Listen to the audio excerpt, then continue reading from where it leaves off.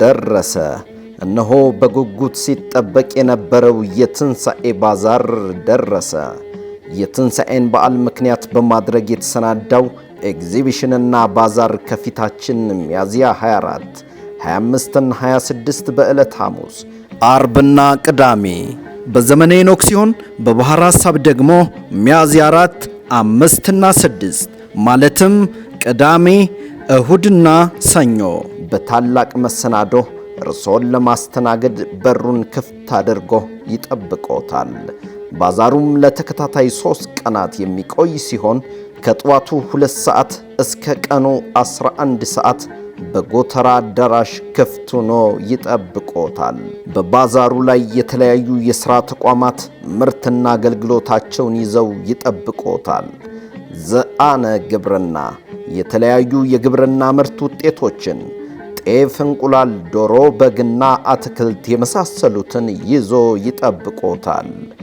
ቤተ ጣዕም ባልትና ግሩም ጣዕም ያላቸውን የባልትና ውጤቶች፣ ቅመማ ቅመሞች፣ አይብ፣ እርጎ፣ ዳቦ፣ ቆሎ፣ እንጀራ ይዞ ይጠብቆታል።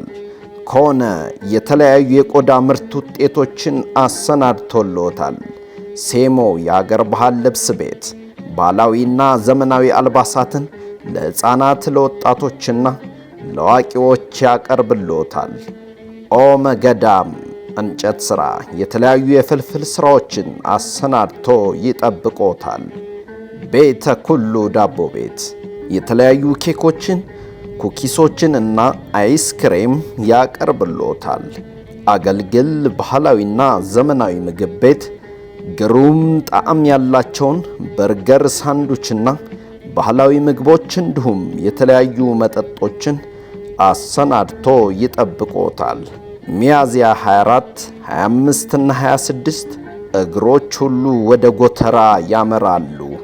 ሁሉም ሰው የተጋበዘበት መርሃ ግብር ሲሆን ወዳጅ ዘመዶን ይዘው በመምጣት የመርሃ ግብሩ ተሳታፊ እንዲሆኑ ጋብዘኖታል። አዘጋጅ የማህበሩ የልማት ተቋማት።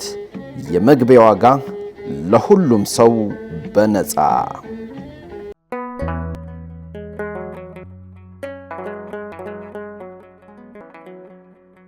ዘኢትዮጵያ